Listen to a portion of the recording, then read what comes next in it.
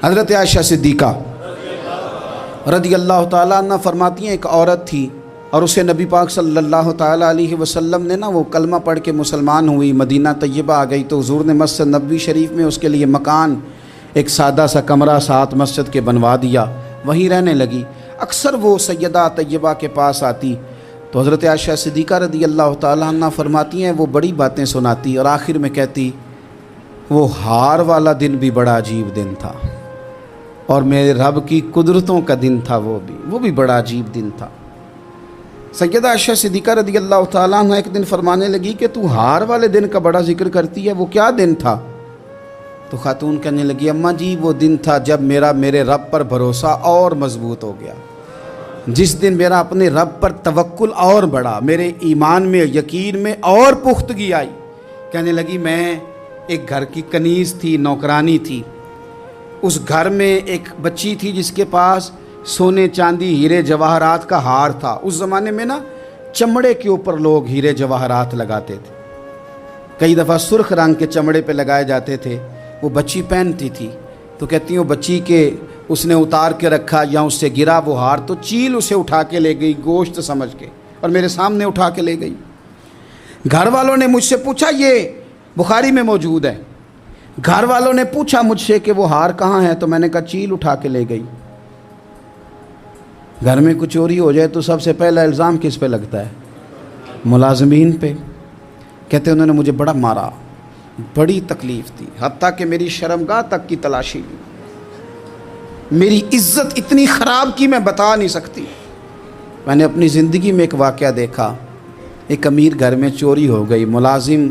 کو اتنا مارا کہ وہ چارپائی پہ پڑ گیا، پولیس والوں سے اتنی مار پڑوائی گئی کہ وہ بیچارہ چارپائی پہ پڑ گیا اور پھر وہ اتنا بیمار ہوا اور کچھ دنوں کے بعد پتہ چل گیا کہ چور تو اپنا بیٹا ہے ان کا، پھر اس کا انتقال ہو گیا۔ اب وہ سیٹھ صاحب اور گھر والے آ کے مرنے والے کے کان میں معافیاں مانگ رہے ہیں، کان میں۔ تو میں نے ان سے پھر کہا تھا کہ یہ تو اب چلا گیا ہے، تمہارا زور چلتا تھا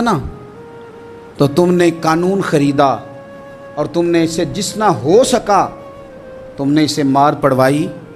تمہارے پاس جو عدالتیں تھیں تم نے وہاں کارروائی کی، اب ایک عدالت قیامت کے دن لگے گی۔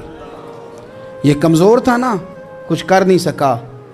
میرے نبی پاک صلی اللہ علیہ وسلم نے فرمایا سن لو، اگر سینگ والی بکری نے بغیر سینگ والی بکری کو تکلیف دی ہوگی تو قیامت کے دن اسے بھی بدلہ دینا پڑے گا کہ تیرے پاس سینگ تھے اور تو نے اسے مارا تھا۔ وہ خاتون عرض کرتی ہے سیدہ عائشہ کی خدمت میں کہ مجھے بڑا مارا، مجھے تکلیف دی، میں کہہ رہی تھی کہ میرے سامنے چیل لے گئی ہے پر وہ نہیں مان رہے تھے، اماں جی انہوں نے مجھے بڑا مارا۔ حضرت عائشہ صدیقہ کہتی ہیں پھر کیا ہوا؟ کہنے لگی اماں جی جب کوئی میرا مددگار نہ رہا، مجھے تکلیف دے رہے تھے، رسوا کر رہے تھے، تو میں نے اپنے رب سے مدد چاہی، میرے رب کی طرف میں نے توجہ کی، میں نے کہا مالک اب تو ہی میرا مددگار ہے۔ کہتی ہے وہ مجھے مار رہے تھے تو وہ چیل جو ہار لے گئی تھی وہی لے کے واپس آ گئی اور ہمارے سروں کے قریب لا کے اس نے جب اس ہار کو پھینکا وہ مجھے چھوڑ کے سائیڈ پہ ہوئے، وہ میری بے گناہی جان گئے، لیکن آپ کو بتاؤں اس دن سے میرا اپنے رب پر یقین اور بڑھ گیا۔ مجھے سمجھ آ گئی کہ جب انسان پورا ٹوٹ جاتا ہے اور جب کوئی چاروں جانب اس کا مددگار نہیں ہوتا تو رب تو ہوتا ہے اللہ تو اس کا مددگار ہوتا ہے وہ تو پھر اپنے اس بندے کی مدد کرتا ہے پھر وہ تو توانائی دیتا ہے وہ تنہا نہیں چھوڑتا، وہ تو آنسوؤں والوں کے آنسوؤں پہ بڑا کرم فرماتا ہے، وہ تو قسم پرسی میں آ جاتا ہے، اس کی رحمت بڑھ کے استقبال کر لیتی۔